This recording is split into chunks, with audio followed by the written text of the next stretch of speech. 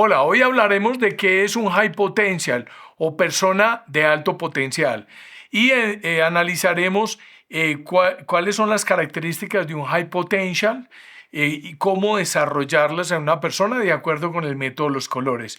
Empecemos por definir qué es un high potential o persona de alto potencial. Los high potentials son personas con talentos destacados, lo cual generan a estas personas mayores posibilidades de llegar a ciertas posiciones en la organización a futuro. Son talentos, por supuesto, que debemos retener, lo cual es muy importante analizar y que esperamos conozcas en este capítulo, por eso quédate hasta el final. Para iniciar, veamos cuáles son las características de una persona de alto potencial. La primera son personas que tienen un norte claro. Son personas entonces que les interesa continuar trabajando para la organización, que creen en sus directivos, que se sienten a gusto con lo que hace la organización, con lo que ofrece al entorno y con la comunidad y donde se desempeñan. De nada nos serviría tener personas de alto potencial, pero que estén buscando irse o buscando nuevas oportunidades. O sea, un high potential tiene una lealtad, un deseo de pertenencia y de permanencia en la organización. La segunda característica de un high potential es que son personas con actitud, o sea, tienen apertura, disposición y ánimo hacia su trabajo, laboran con entusiasmo, están prestos a mejorar y actúan con energía en lo que se les propone, demostrando disponibilidad, optimismo y quieren estar atentos de forma permanente a todo lo que se les pide de manera proactiva. Tercera característica de un high potential es la aceptación o adaptación. Están adaptados a la cultura corporativa. La cultura corporativa es de alguna manera como la personalidad de la organización. O sea, lo que a una persona es su personalidad o forma de ser, la cultura corporativa es la personalidad de la organización. Quiere decir la forma como las personas que trabajan en ese grupo humano tienden a pensar, a sentir, a actuar. Entonces, un high potential se adapta a esta cultura corporativa, encaja en el patrón de comportamiento natural de la persona de la organización y son conocidos por diferentes directores, o sea, llaman la atención. Y estos directores, pues por supuesto, tienen poder dentro de la organización y algunos de ellos probablemente ya le han ofrecido por ver su potencial el padrinazgo. Otra característica de un high potential es el desempeño. El desempeño es porque ha logrado hacer bien su trabajo en el pasado, cuenta con resultados y en los proyectos que se le ha encomendado han logrado ejecutarlos con éxito. Por ende, esto les reviste de cierta credibilidad porque han logrado los objetivos que se les han propuesto y han logrado franquear los impedimentos para conseguir lo que se proponen. Miren ustedes que el desempeño, si bien es muy importante en un high potential, no es lo único. Otra característica de un high potential es que son luchadores, son guerreros, o sea, personas que tienen el desempeño, aunque no necesariamente tienen el perfil del puesto, pero han logrado alcanzarlo, adaptarse. O son cazadores, son personas que tienen el perfil y tienen el desempeño. Y su comportamiento natural, el color de su perfil, siempre de alguna forma ha encajado o se han adaptado, porque si el puesto es rojo, sea orientación al resultado, se han adaptado a ser rojos. O si el puesto es amarillo, se ha orientado a la gente a comunicar, se han vuelto más sociales y abiertos. O si el puesto es verde, que requiere causa, democracia, conciliación, las personas se han adaptado siendo democráticas y conciliadoras. O si el puesto es azul, los que han ocupado estas posiciones que requiere rigurosidad, orden, meticulosidad, pues las personas han procurado adaptarse siendo formales y orientadas al detalle. Recuerda, si quieres convertirte en especialista en el método de los colores, acceder a más de 300 herramientas, conocer el libro y leer el libro El lenguaje de los colores y acceder a nuestra plataforma para descubrir la zona de la genialidad y liberar los high potential de tu organización, regístrate en el QR que hay a continuación.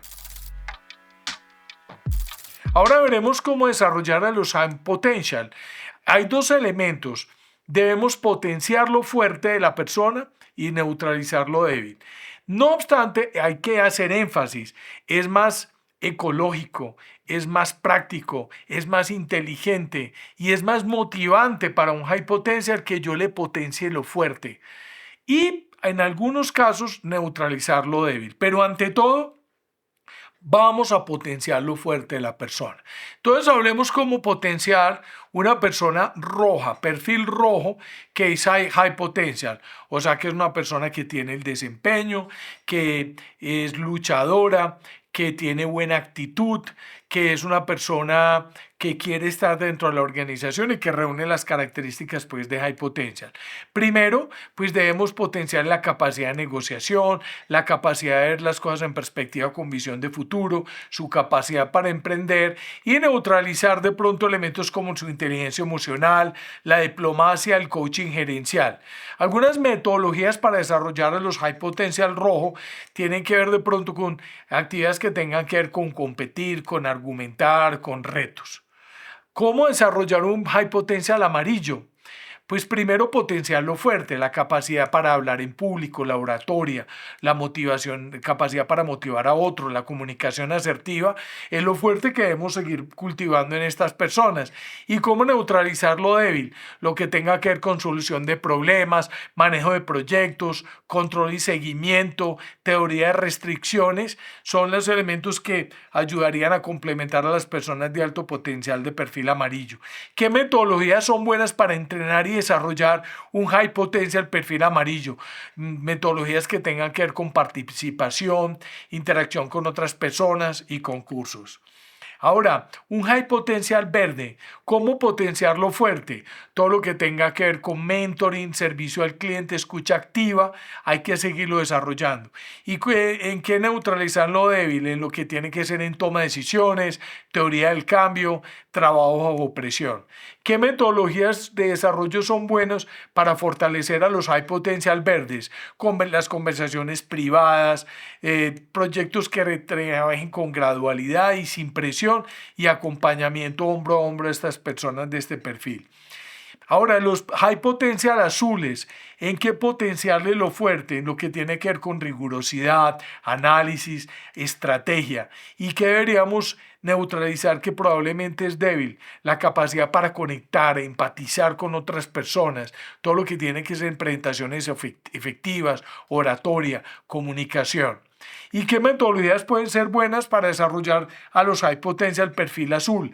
Kaizen, mapas mentales, método 6 Sigma, y para abrirle la mente ante su posible rigidez mental, método Walt Disney, método Scamper, metodología de los 6 sombreros, metodologías de casos de éxito. Hoy estamos con Rocío Morales Pop, quien es experta en psicometría. Rocío es psicóloga egresada de la Universidad Católica con profundización y práctica en clínica y educativa, especialista en desarrollo personal y familiar, magíster en psicología y énfasis educativo, directora y creadora de laboratorios de psicometría, docente, con más de 20 años de experiencia en la creación de pruebas psicométricas y a instrumentos de evaluación de personal. Rocío, bienvenida. Juan, muchísimas gracias. ¿Cómo estás? Muy bien, muy bien. Muchas gracias por esta invitación. Bueno, rico tenerte acá, todo un honor. Rosy, pues mira, estamos hablando un poco de personas high potential o personas de alto potencial. Te quería preguntar, ¿qué es realmente una persona de alto potencial y en qué se diferencia con una persona de alto desempeño? Bueno, Juan, esa pregunta es bien interesante porque son fáciles de confundir, ¿no? A veces nos ocurre mucho. Yo soy docente universitaria y eso sí que ocurre en las clases. Una persona con alto potencial es una persona que la vamos a valorar a futuro. Esperamos. ¿Qué esperamos de esta persona? Esta persona, ¿cómo va a resolver? ¿Cómo va a crecer? ¿Cómo va a aprender hacia el futuro? mientras que el alto rendimiento tiene mucho más que ver con el actual, el ahora. Entonces yo puedo medir a una persona con un alto rendimiento y me dice cómo está hoy, quién es esa persona hoy en cualquier tipo de habilidad que yo le quiera medir o en cualquier competencia. Pero cuando yo ya hablo de alguien con alto potencial, es alguien de quien yo espero mucho hacia futuro. Esta es una persona que va a rendir, que va a resolver problemas a futuro, es una persona que seguramente todos los días nos va a dar una sorpresa y se va a enfrentar a retos todo el tiempo. Quiere decir que alto desempeño es hoy, alto potencial es mañana.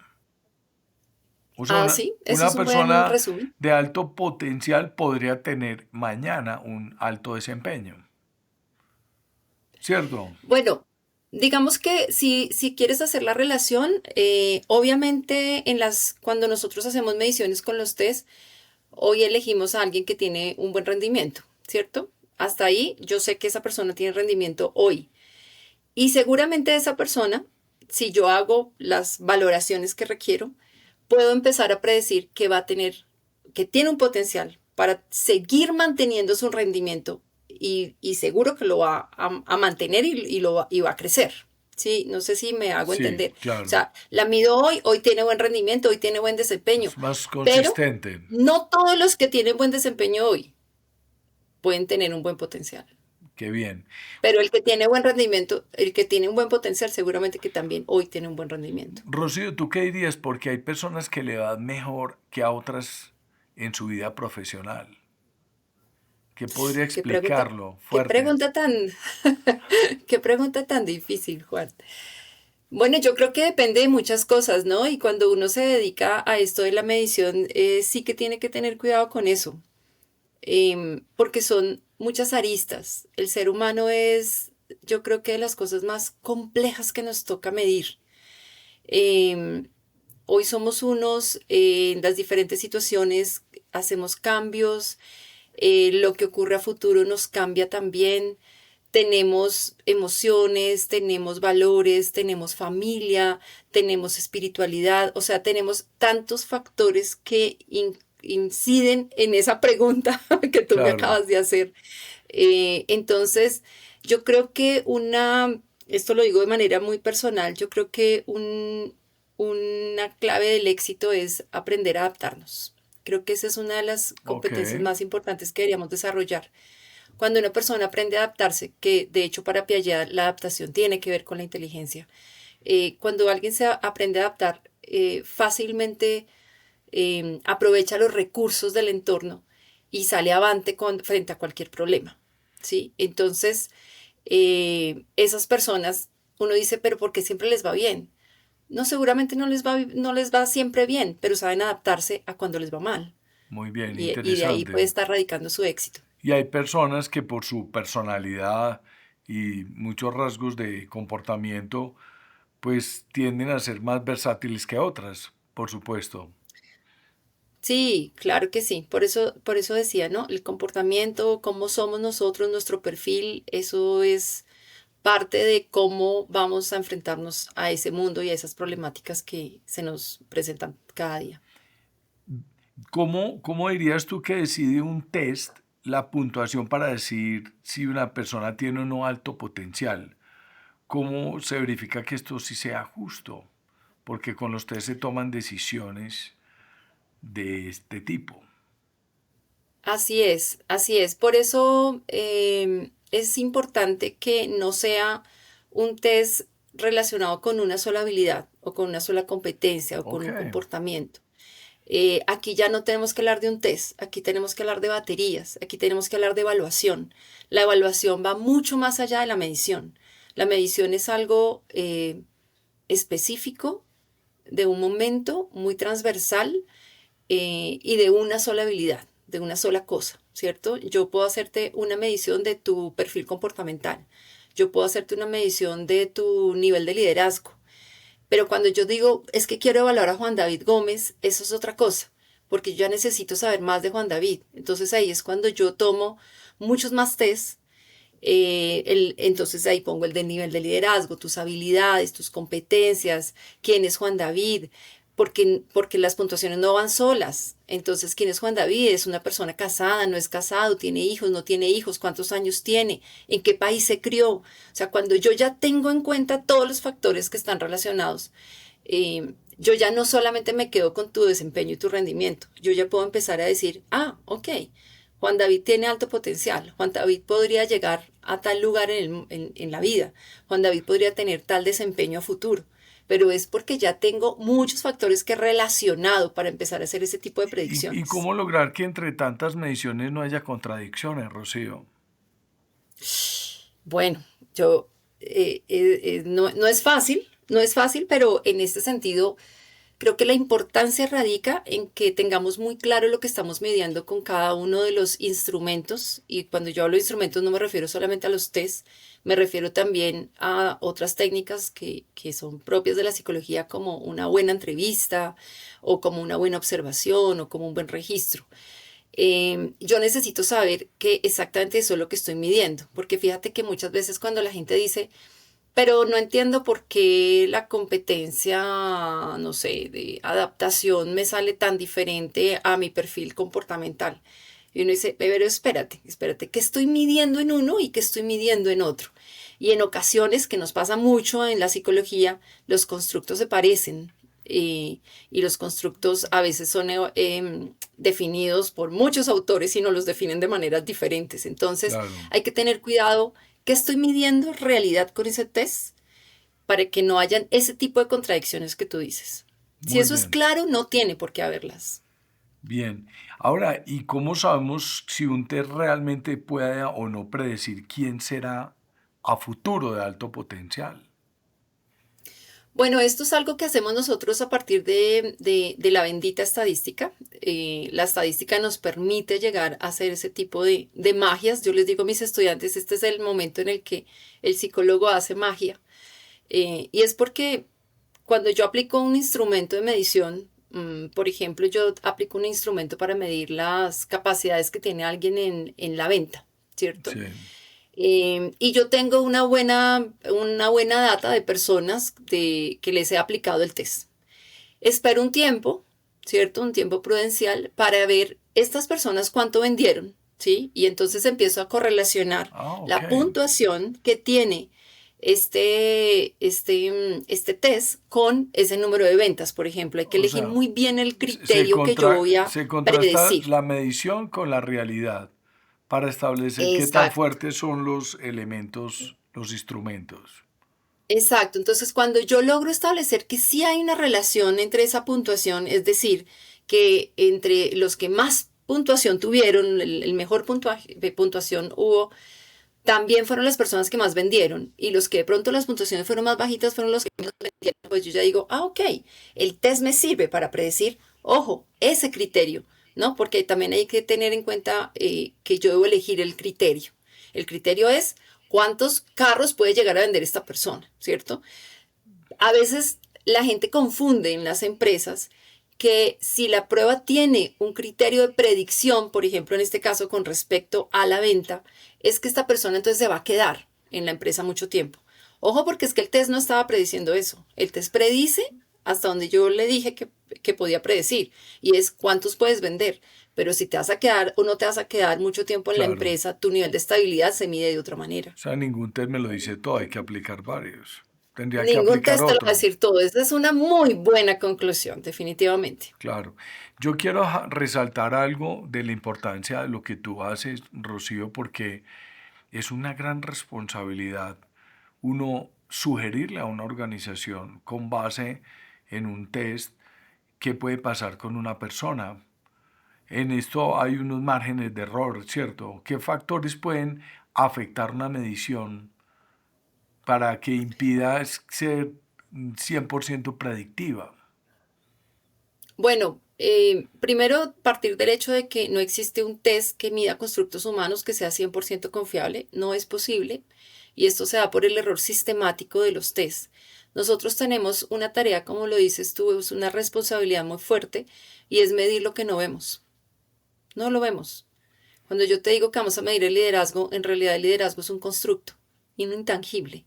Nosotros podemos medir las conductas Y eso realmente es lo que hace un test, medir esas conductas observables del liderazgo, pero en realidad es todas esas conductas a las que le hemos puesto el nombre liderazgo. Se mira el ¿Sí? reflejo Ahí ya hay un para ver error. la silueta de alguna forma. Exacto. Entonces ahí ya hay un error, que no estamos haciendo mediciones directas.